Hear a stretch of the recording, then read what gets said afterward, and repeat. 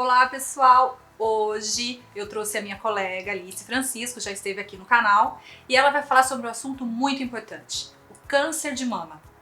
Esse assunto é muito importante para todas nós mulheres, para a gente saber quando a gente deve começar a prevenção e mais algumas outras informações que a Alice vai estar passando aqui pra gente.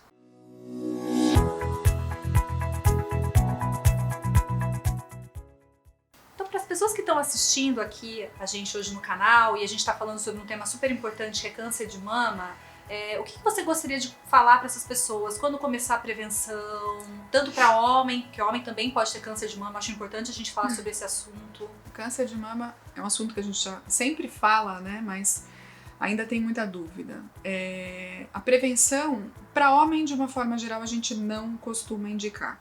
Certo. Só se os homens tiverem casos de homens na família. Agora, mulheres, de forma geral, 40 anos devem iniciar a mamografia de rotina anualmente, tá?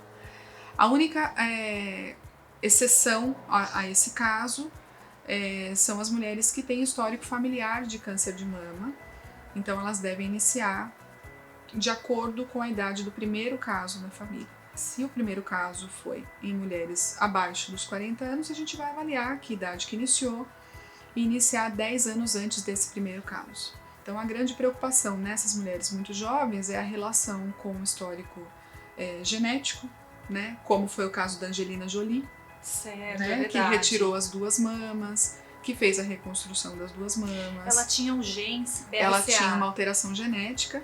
Né? Então, nesses casos, pode estar ligado a alguma alteração genética, que é o grande medo de todo mundo, Sim. que, né? Porém, que não é a maioria dos casos, né? Alice? Menos de 10% dos casos. Aí, nesses casos, pode haver necessidade de fazer um rastreamento diferenciado, de fazer uma ressonância da mama, de fazer algumas coisas um pouquinho diferente.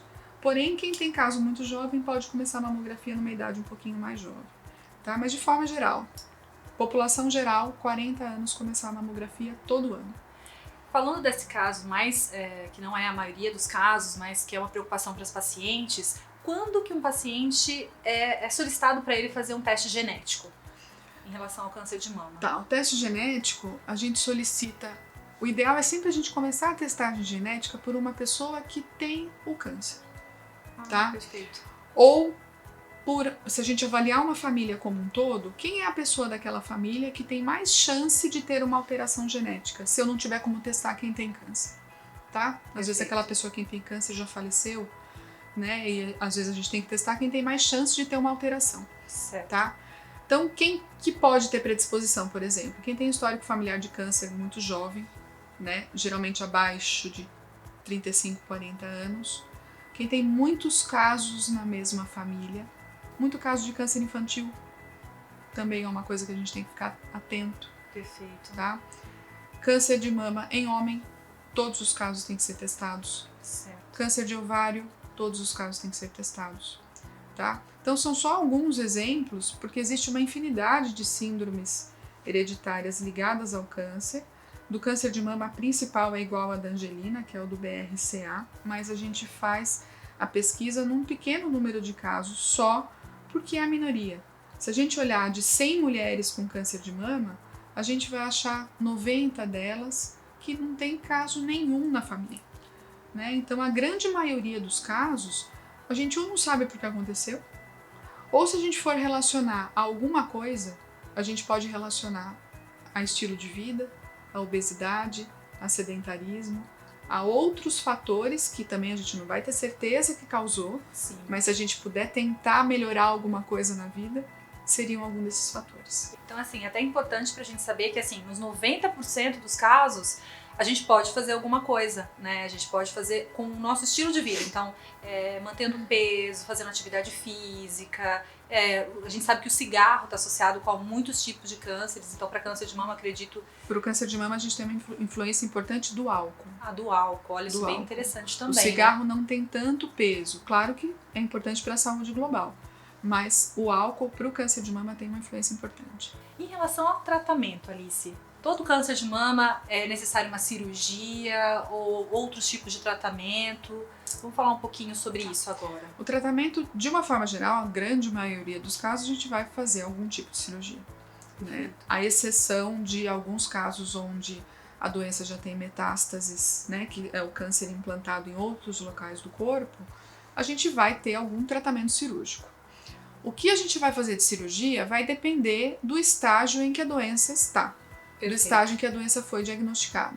Claro que um tumor menor, eu consigo fazer uma cirurgia menor. Um tumor maior, eu preciso fazer uma cirurgia maior, né? As cirurgias conservadoras da mama, que é aquela que a gente tira só uma parte da mama, que a gente chama de quadrante ou de setorectomia, são cirurgias que hoje, em termos de resultado final, de prognóstico, de sobrevida da paciente, a gente tem o mesmo resultado do que uma cirurgia que a gente tira a mama toda, né? Dependendo do estágio em que a paciente se encontra. Perfeito. Tá? Por isso que é importante diagnosticar precoce. Por isso que é importante o diagnóstico precoce, exatamente. Hoje em dia, praticamente, principalmente na saúde privada, que a gente tem uma facilidade de acesso, a paciente que retira a mama, ela tem a reconstrução imediata com resultados extremamente favoráveis. Sim. Né? E aí a gente tem formas diferentes de reconstrução que a gente manda para o cirurgião plástico. Sim. E avalia tudo isso na hora, né? E mesmo aquela preocupação para quem faz um quadrante de eu vou ficar com uma mama assim, a outra mama assada, não, a gente manda plástico, vamos fazer mamoplastia, enfim, a gente dá um jeito para tudo nessa vida. Sim. Mas a gente tem vários tipos de tratamento cirúrgico disponíveis para avaliar com a paciente. Quimioterapia, radioterapia, comprimidinho, que são os hormonioterápicos, tudo isso pode ser indicado. Vai depender do quê? Do estágio, do tipo do tumor, do tipo de cirurgia que a paciente fizer. E a gente só sabe isso muitas vezes avaliando a biópsia, avaliando a paciente, avaliando as condições gerais, né?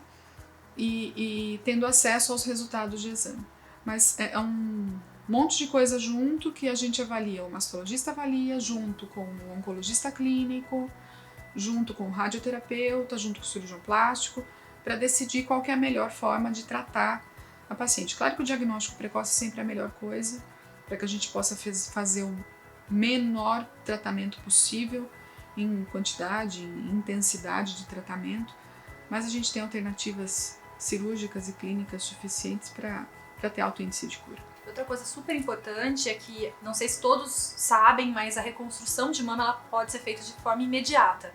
Então, quando tem esse acompanhamento conjunto, que a Alice acabou de falar, muitas vezes é feita a retirada da mama ou de um setor da mama e o cirurgião plástico já pode entrar logo na sequência, na mesma cirurgia praticamente. Uma termina e a outra cirurgia começa e a paciente já sai reconstruída. Isso eu acho que é um grande avanço que nós tivemos também para a qualidade de vida das pacientes, né, Alice? O que eu falo, o que eu gosto sempre de falar, Mari, assim, no consultório a gente não tem problema com relação a isso e eu praticamente não tenho pacientes no consultório que a gente faça a mastectomia e que não faça a reconstrução, a não ser que ela tenha alguma contraindicação do ponto de vista clínico que ela não possa fazer. Agora, na saúde pública a gente sabe que existe um problema com relação a isso, uma dificuldade de acesso com relação a isso. O que eu acho que é a nossa obrigação enquanto profissionais de saúde é orientar que a reconstrução mamária é uma lei. Exatamente, isso né? Os pacientes às vezes não sabem. E que a paciente muitas vezes não sabe. Então, como existem pessoas que vão acessar o canal e que podem estar no sistema público, é importante a gente falar isso. Perfeitamente. Né? Que a reconstrução mamária é uma lei que existe desde 2013, se não me engano. 2013, e que está disponível. É só colocar lá no buscador, no Google, seja onde for, Lei da Reconstrução Mamária. Então você enquanto cidadã, tem o direito de ter a sua mama reconstruída no sistema público para quem está no sistema público, no sistema privado para quem está no sistema privado. E a gente sabe que a reconstrução da mama, principalmente para a mulher, né, que é um símbolo de feminilidade a mama, né, é muito importante, né? Então sair da mesa com a possibilidade de cura, porque fez a cirurgia com o mastologista, e conseguir sair dali também reconstruída, eu acho que é um grande avanço para o paciente, até para a qualidade de vida, autoestima, e ele enfrentar as próximas etapas do tratamento. E não só a reconstrução, recentemente também a simetrização passou a ser lei. Olha, muito legal. A simetrização, o fato da mulher que tirou um quadrante, por exemplo, né? Reduziu aquele volume daquela exato, mama. ela também tem direito à reparação da mama contralateral. Se não me engano, também ela tem esse direito. E quer dizer, a mulher está amparada tanto, às vezes a gente fala, né, de sistema privado, quem está no SUS fica meio assim, mas você tem direito também. Busque os seus direitos. Exatamente, vá atrás dos seus direitos, se informe, porque você consegue com isso também ajudar, quem sabe você ou alguém da sua família, isso é muito importante. Exato. Né? No próximo vídeo eu vou falar um pouquinho sobre reconstrução de mama. Alice, muito obrigada por mais uma vez enriquecer aqui o canal com assuntos tão importantes que você vem discutir aqui com a gente. Eu que agradeço. Vocês estão gostando dos vídeos? Então, gente, se inscreve no canal, acione o sininho para que vocês saibam todas as novidades que vão acontecer aqui e muito obrigada pela participação de vocês.